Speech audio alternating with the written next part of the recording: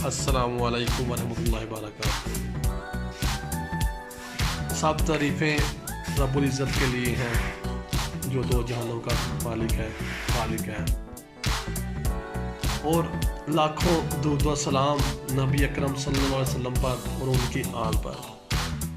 दोस्तों, आज की जो वीडियो है जस्ट एक फन है, छोटा सा एक लतीफ़ा सा है,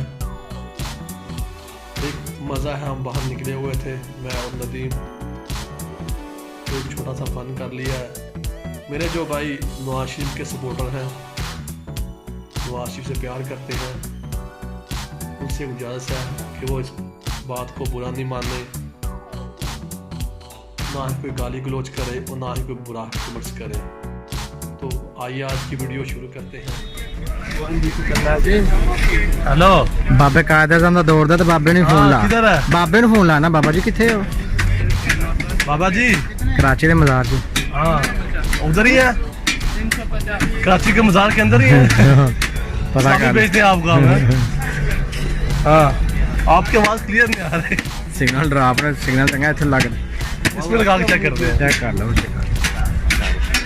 बाबा कायदा आज़म उनका हां ने फंसा के आप ही लगा के। हाँ हां डरांदे नहीं हो इंडिया वाले। सही है क्या? अच्छा हाँ उसको भेज देते हैं। किसको? नवाज शरीफ को। नवाज शरीफ चाहिए। अच्छा उसको जल्दी भेज दे। चलो सही है।